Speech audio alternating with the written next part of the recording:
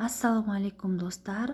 Бүгін біз сіздермен өте оңай және тез дайындалатын пельмень тоқаш, яғни түшпара дайындайтын боламыз.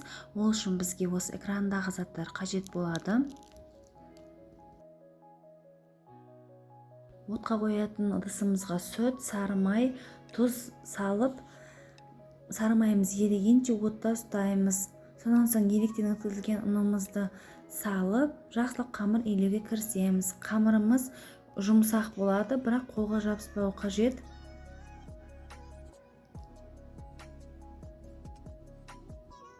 Міне осындай болып шығады, жұмсақ, қолымызға жабыспайды. Қамырымызды екі бөлікке бөліп, суалап аламыз, бір бөлігін жұқалап жаямыз.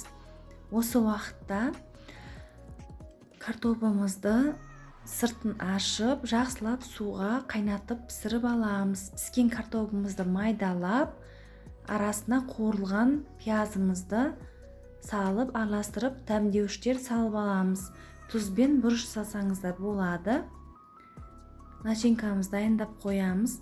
Қамырымызды осылай жұқалап жайып аламыз. Және тура видеодағыдай әдемілеп төрт бұрыштап кесіп шығамыз.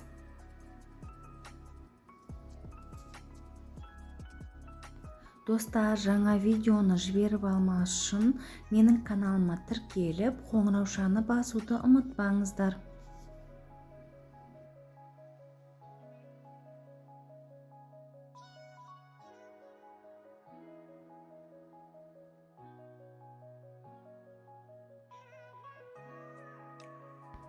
Қамырымызға начинкамыздан салып, осылай бүгеміз.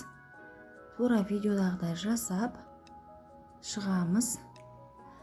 Барлығын тура осылай бүгіп шығамыз.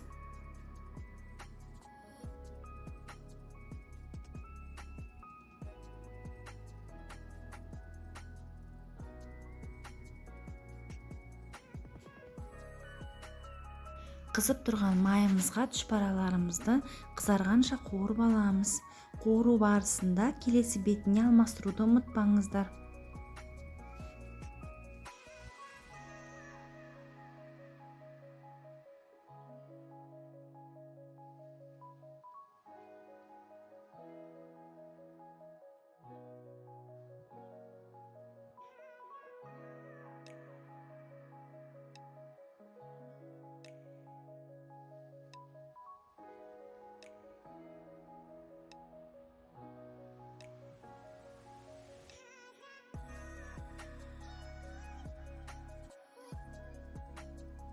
Өте дәмді түшпарамыз дайын болды. Ол осындай хрустящий болып шығады және қол жетімді ингредиенттерден тұрады. Міндетті түрде жасап көріңіздер. Маралмен бірге болып, видеоны ақырына шейін көргендеріңізге рахмет. Егер сіздерге видео ұнаса, лайк басып, пікір қалдыруды ұмытпаңыздар. Сау саламат болыңыздар.